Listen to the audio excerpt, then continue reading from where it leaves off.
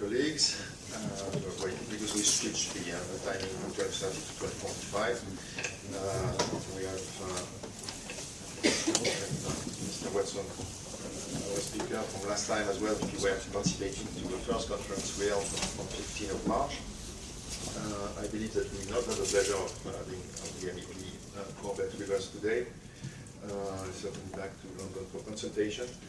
I just wanted a couple of minutes, because there's still a lot of colleagues coming, to reset our intentions here for us to engage the Commission. So we listen, and of course we feel all the anxiety for our British colleagues, but for non-British colleagues as well, because they see that it's the European projects that is being shaken. We are, of course, disappointed by the result, but we have to respect what the referendum said. We said in a previous leaflet that was sent early June by us in FFPE that we will assemble with all the other unions and the staff committee very soon to organize with the staff and collecting from the staff all questions that are relevant and of course legitimate given the situation, with a view to meet probably in September or October if we can, President Juncker, but also the person in charge now of the newly created EU task force on Brexit, to be able to be efficient relay of the staff concerns, to pass the message and to try to get as soon as we can answers to come and to appease as much as we will be able to do so, and to follow closely all the evolution of the file on behalf of the staff.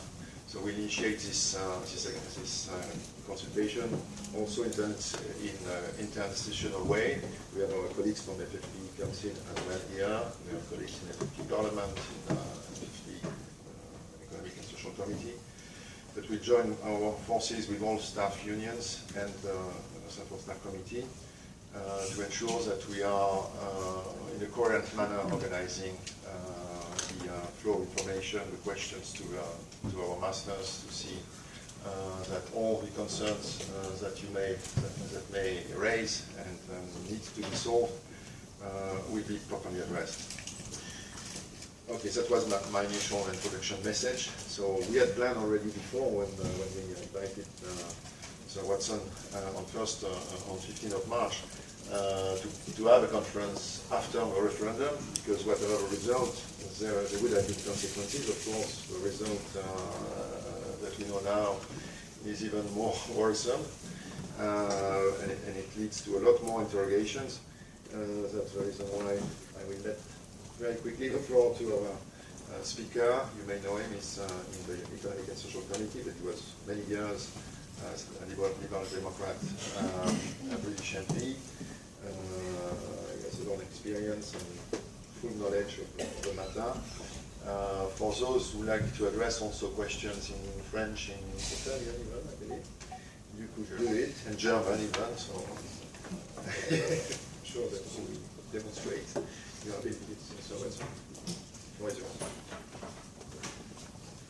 Merci Philippe. Thanks very much everyone for joining us. Mark Twain, one of my favorite writers, once said that the human race has only one really effective weapon, and that is the weapon of laughter. Because against the assault of laughter, nothing can stand. If it weren't tragic, I would be tempted to laugh at the situation that we are currently in. When I was a member of the European Parliament and I became the leader of the Liberal Democrat group, this was in 2002, having served for 3 years as the chairman of one of the committees, I had a call from one of my mentors in politics, who is a very grand man called Lord Russell Johnston. Some of you may have come across him. He was the president of the Parliamentary Assembly of the Council of Europe, and he came to see me, as he said, to congratulate me on the this office of leading the Liberal Democrats in the European Parliament, and he gave me a gift. And I was immediately suspicious because Russell, like me, is from the west coast of Scotland, and in Scotland we don't do gifts. I opened it. It was a small package, and inside there was a leather wallet with some plastic envelopes inside. And I opened this, and the first one had a very official-looking plastic card in it that said, "The bearer of this card is asthmatic. Under no circumstances should he be breath tested." And I said to Russell, I said, "What is this?" And he said, "Well," he said, "it's a gift to help you in case you are stopped by the police on your way home from a good supper." I turned to the second card, and it said, "The bearer of this card is a haemophiliac. Do not blood test." And the third one said, "The bearer of this card is the leader of the Liberal Democrats in the European Parliament. Please don't take the piss." We are where we are, and I am where I am. You introduced me, Pierre, as if I were a distinguished politician. Actually, I'm an extinguished politician, and the only incarico that I have at the moment is to be a member of the European Economic and Social Committee, which is great fun. What can we say about the situation we're in? I don't need to rehearse for you how we got here where we are, but essentially last Thursday 51.9% of the people, the voters of the UK, voted to leave the European Union, and 48.1% voted to stay. And you could assume that that is a vote that says, "Out we come," until you actually look at what that vote was in each of the different communities. Because in almost no part of the UK was the vote 52 to 48. In almost every part of the UK, either 2/3 of the people voted to stay in and 1/3 voted to come out, or 2/3 voted to come out and 1/3 voted to stay in. The latter was in the majority. In Scotland, in Northern Ireland, in London in particular, the vote was very decisively to stay in. Everywhere else the vote was to come out, with the exception of Gibraltar, where 96.4% of those voting voted to stay in the European Union. To quote Pierre Trudeau, if you live in Gibraltar, you know what it is like to share a bed with an elephant. And that is the result we have. What happened? Well, immediately the presidents of the three major institutions of the Union came together, said, "Right, out is out, goodbye United Kingdom." Donald Tusk then moved to send his traditional letter inviting heads of state and government to the council that invited David Cameron on day one, but not on day two. The following day in Germany, Steinmeier convened the foreign ministers of the 6 founding countries, who put out a similar kind of statement, and the heads of the political groups in the European Parliament drafted a hurried motion, which has been debated and I imagine by now voted this morning in the European Parliament with the same message. So far so good. David Cameron came out of the vote and said, "Right, out is out, we're leaving the European Union." And those of you who followed his statement to the House of Commons yesterday will have seen that he twisted the knife which he had cleverly stuck into the gut of his opponents by saying, "We have set up a cabinet committee to prepare the departure of the United Kingdom." What happened here? Well, I certainly, and I noticed people like Robert Madeleine, Fraser Cameron, a whole lot of Brits who've been in Brussels for rather longer than has probably been good for us, went into a rapid rearguard action. This was not coordinated, we all did it. to try to talk to the main media outlets in France, Germany, Italy, and say, hang on guys, this is not end of story. First of all, the referendum was only ever consultative. It had no legally binding force. Any decision on whether the UK moves to leave the European Union must be taken by the House of Commons. The referendum showed a small majority overall in favour of leaving, but we know that there is a 2/3 majority in the House of Commons in favour of staying.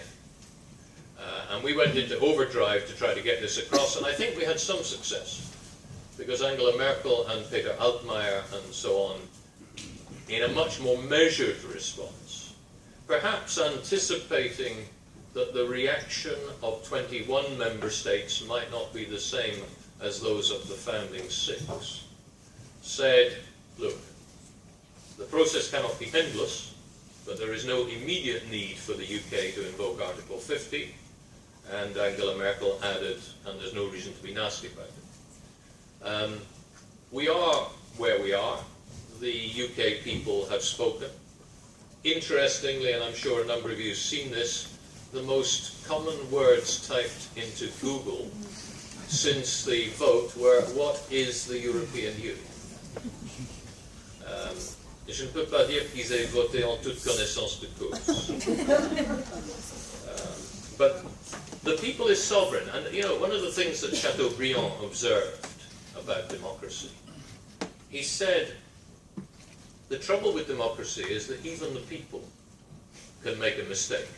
The trouble is that when they do so, nobody has the legitimacy to tell them that they made a mistake.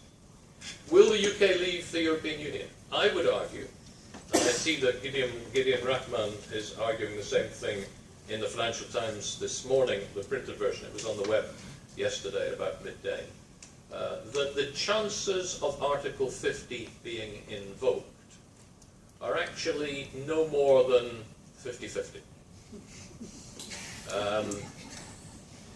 Why? Why do I think that's the case? Because there will be huge pressure from the financial and business community in the United Kingdom on whoever is in government not to make that step. There will be particular pressure on a Conservative Party which relies on the finance and business community for its existence. We have a political, well, I would even use the word shitstorm going on in the UK at the moment after what has been the most calamitous decision since King George III lost America over a tax on tea. And I say this in terms of its impact on Britain's influence in the world, its impact on Britain's credibility, and its impact on Britain's economy and wealth.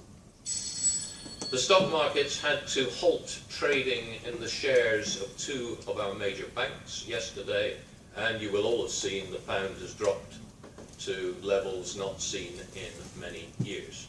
I, being very patriotic, I went out this morning and changed a large number of euros into sterling, because I felt that I had to support our country. Of course, there might have been other reasons for doing the same thing.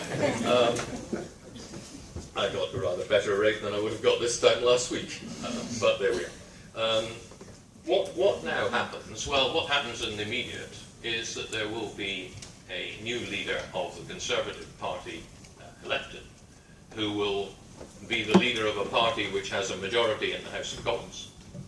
He or she will almost certainly want to go to an immediate general election, not only because he or she will want a mandate to govern, but because an immediate general election may be the process through which Parliament can ignore the will of the people, in the sense that it may be that a Conservative Party will go to an election on a manifesto which does not contain an explicit commitment to take the United Kingdom out of the European Union, and that will be the way in which the whole thing is finessed.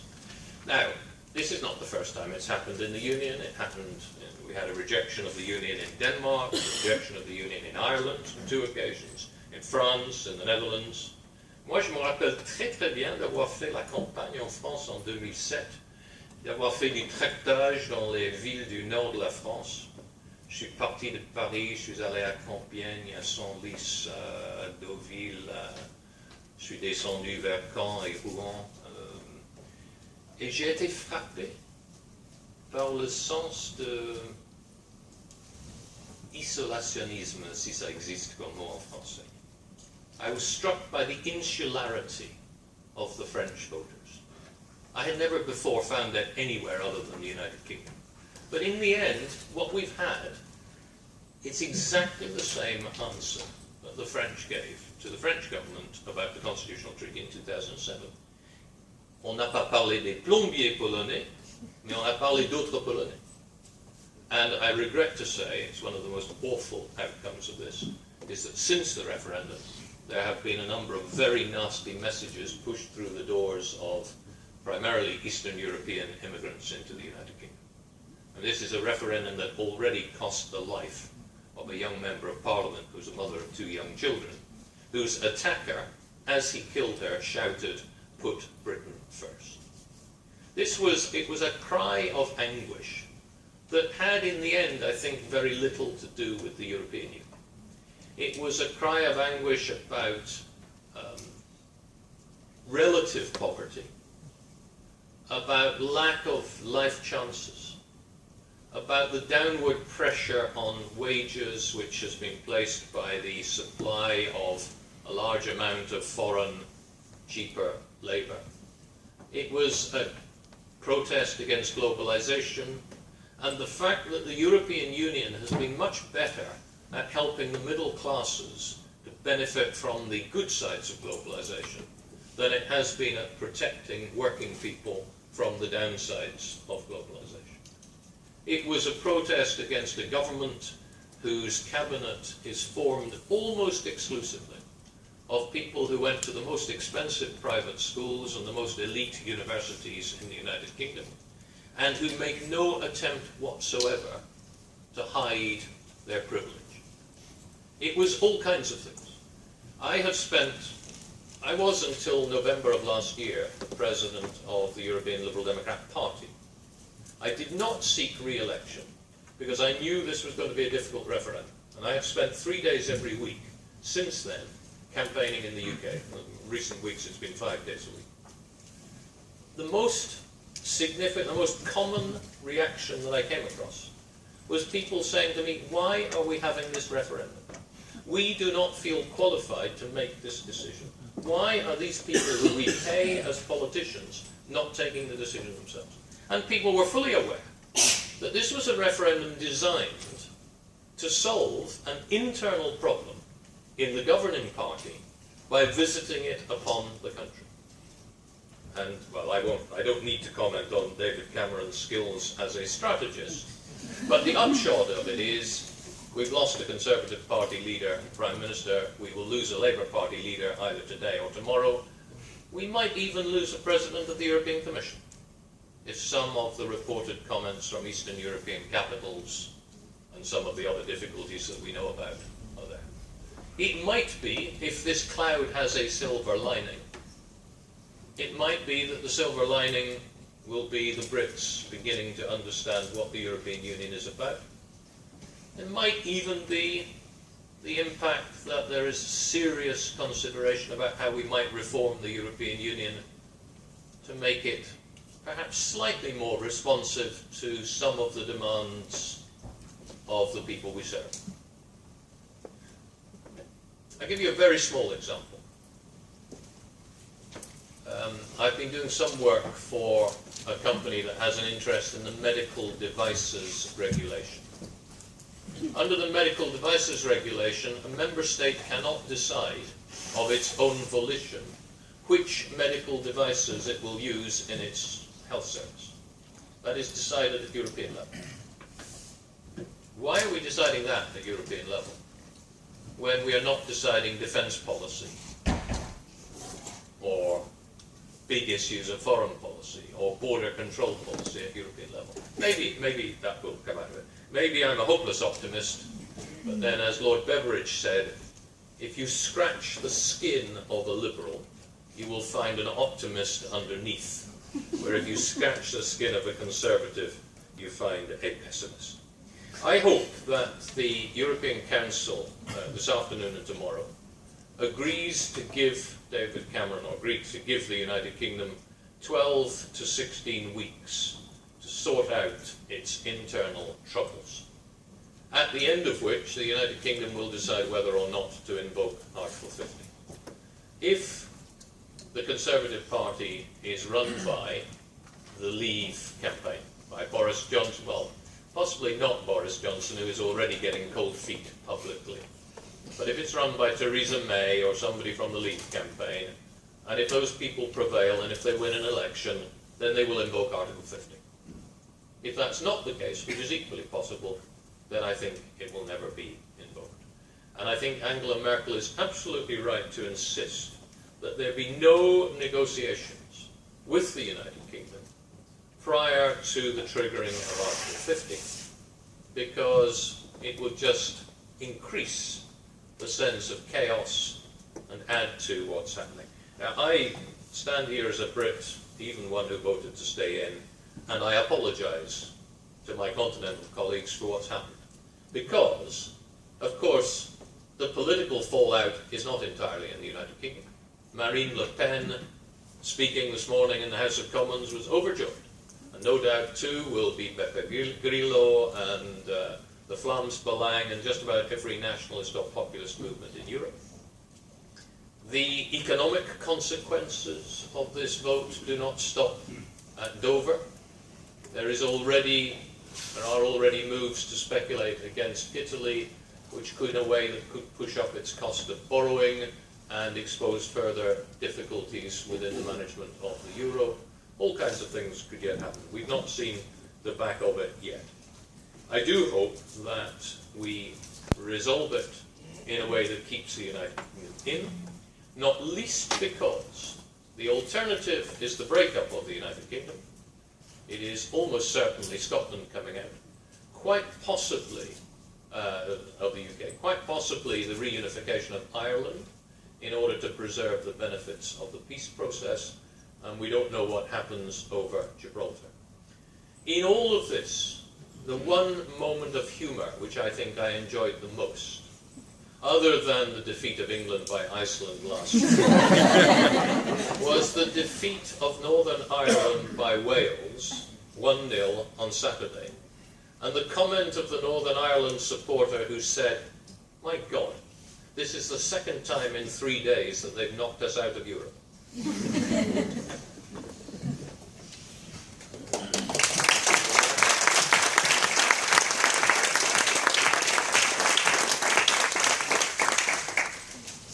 We deliberately decided to have your introduction 20 minutes, as you brilliantly demonstrated in May, and to let the floor to you, because I believe that you have also a lot of questions. So either you have enough questions to come to place now, otherwise we give you again the floor for further elaboration on the issue. Maybe we start from this side and down there. Is there any questions? First, take a mic, please. No, it was not a question. No, somebody behind you. Yes? No, you get closer and you use the mics that is here. Thank you very much for your comments. They're absolutely spot on. I just wanted to know what you think about where the rest of the European Union goes from here, with or without the UK. What I see emerging already from EU leaders is a split, divergent views. What do you think EU leaders should be doing to move European Union forward? Where and how? So other questions as well? This way? No? Yeah, you? Is there somebody? No? We go this way. I've already seen. Okay. Yeah, many thanks for this opportunity to discuss this. I think this is useful for all of us to, because at the moment in the Commission it's not yet clear and we don't get much, let's say, talk about what will happen. So it's a welcome opportunity. I mean, a question that I had was more on the generation gap. because it was reported a lot in the media that the youngsters tended to vote much more in favor of Remain, while older people wanted to stay out.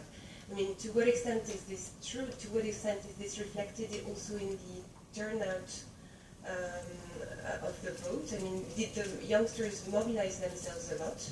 Did they go to vote more than the older people? And what are the consequences of this as well for the vote? One or two questions more, this side, the lady there, and then later. Thank you very much for your speech. You said that Brexit is an opportunity for the European Union to reconsider the way it's structured and its policies, etc., etc. And my question would be, if member states do not agree on small policies like the size of a cucumber, how will they agree on bigger issues such as defense policy? Another question again, Ms. And then. Okay, thank you for your opening the door for leaving the UK in, which indeed apparently is being closed by lots of others. Another thing that caused this referendum outcome is that the EU was so silent, that we as staff were so silent and even asked to be silent. Do you think that we as staff can do more in order to, not only in the UK but also in other countries of the EU, that we are more active in defending the EU? What do you see, how do you see our role in this? Thank you. Well, thanks for those questions. Where does the rest of the European Union go? I don't know, but I think we will have a pretty good idea by tomorrow afternoon. And I think what will be interesting will be to look not only at the content of the Council conclusions, which can be pretty much imagined now, but at the tone of the Council conclusions. It will be interesting to know how divisive that Council meeting among 27 will be. But I suspect it will not be an easy meeting. Because, and this is a real worry that I have, I'm somebody who has always considered myself as a European federalist, and I've never had any problem using that word. But even I have to admit to myself that my federalist vision of Europe is not shared by the majority of our citizens. It might be by the majority of the next generation, but it's not yet. And I think that we started in a difficult way, not only because of the composition in terms of which countries were members, but also the way we started. If the Assemblée Nationale had voted in, I think it was 1954, to approve the Schuman Plan, and we had started with the European Defence Community, then I think we might more successfully have built a more logical construct of the European Union. Instead, we started, well, of course, we started with coal and steel, but, you know, we started the European Economic Community with agriculture and fisheries. Important, but perhaps not the major issue of the day, or the one where most evidently we had to do things together. I hope that this, for all of the damage that it will cause, that this decision will lead our heads of state and government into some deeper reflection about what the future is for the European Union. I reread over the weekend the 5 Presidents' report, and I just don't think that the way forward that it advocates is one that will get the support of the European people. And I think that it is more likely to cause division than to cause unity. What about the generation gap? Here, there's something very interesting. In Scotland, in this vote, 16 and 17-year-olds were eligible to vote because they are eligible to vote in national elections in Scotland. When the bill to provide for the referendum went through the House of Commons, there was an amendment put forward in the House of Lords by Labour and Liberal Democrat members to allow 16 and 17-year-olds in England and Wales to vote. That amendment was opposed by the government and defeated. Had it gone through, we probably wouldn't be in this mess. Because if 16 and 17-year-olds had had the right to vote then all the indications are that it would have changed the outcome. But the nicest thing I found about this campaign was the tremendous enthusiasm of so many young people who mobilised. And it wasn't just in London, it was all over the country, who were prepared to engage in discussions with their parents and their grandparents and try to persuade them that actually the right thing to do was to vote to stay in. And we have got to mobilise and tap into that enthusiasm, because I am quite convinced that that generation will have a completely different outlook from Generation Z. I just hope we get there without having to go the way the Americans did, which was to have a civil war in the middle. Let's see. What can the European Union do about reform? Well, as I'm sure you know, madam, cucumber sizes were determined by the Economic Commission for Europe of the United Nations, and were taken over into European Union law as a part of that process. It didn't come directly from the European Union. But can Europe agree on the big things? I think that if that were the orientation, we might find it easier to agree on the big things than we do on the small things. But of course, that requires wise government. And one of the problems we have, and I even take a certain mea culpa here, is that we have failed to adapt our society and our political structures to the challenges of the age in which we live. If you want me to put it at its most stark, I will borrow from the American sociologist E.O. Wilson. Wilson said, the challenge is that we have emotions which are Paleolithic, institutions that are medieval, and technology which is godlike. You know, why is it that we've not adapted our political structures and our government structures right?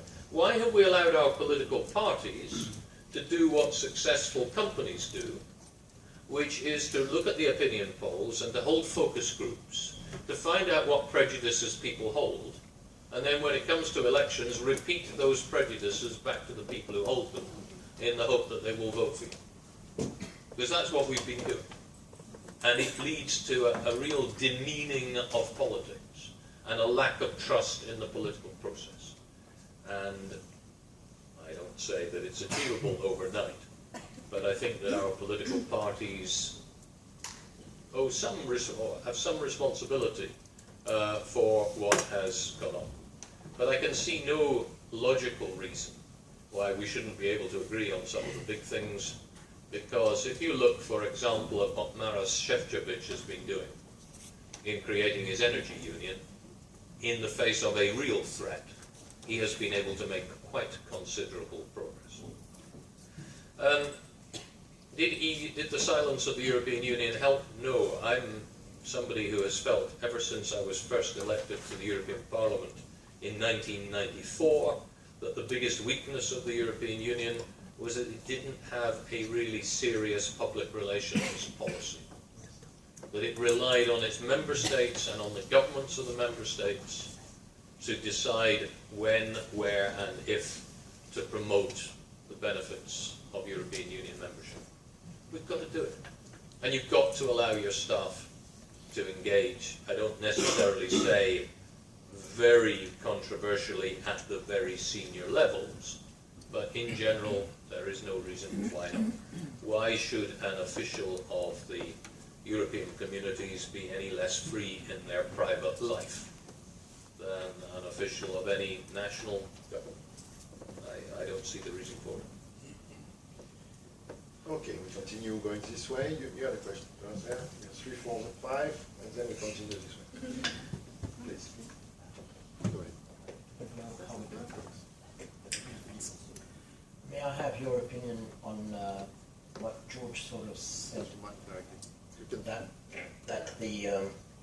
that this is the beginning of an irreversible disintegration of the European Union? Yeah, thanks. Should Article 15 not be invoked, how about the danger that certain type of discourse will find there a very strong argument to claim that Europe is profoundly undemocratic? Yeah, I was going to ask a similar kind of question. I mean, I'm disappointed at the outcome, but then I'm kind of scared for what the repercussions will be if you do go against 17 million people who are already disillusioned with the European Union and with the government, and just telling them that even though it was consultative, a lot of people, I don't think, realise that, and going against them and disregarding their vote, I feel like that will have quite dangerous consequences. Mine was also a similar question, but more in terms of if there is to be a general election, are you certain that those parties who would have us come out of Europe, and perhaps even those who have a more extreme views, would not be successful in such a general election? It worries me that it might make the situation worse. Who is next? Sorry. Yes. Yes, hello. I wonder what you think the obstacles would be for Scotland remaining should the rest of the UK leave. Okay, you can take that. No, it's fine. It's okay. Fine. Can I start with the obstacles to Scotland remaining? I think Belgium and Spain are the main obstacles. But I think that Nicola Sturgeon has actually played this extremely well.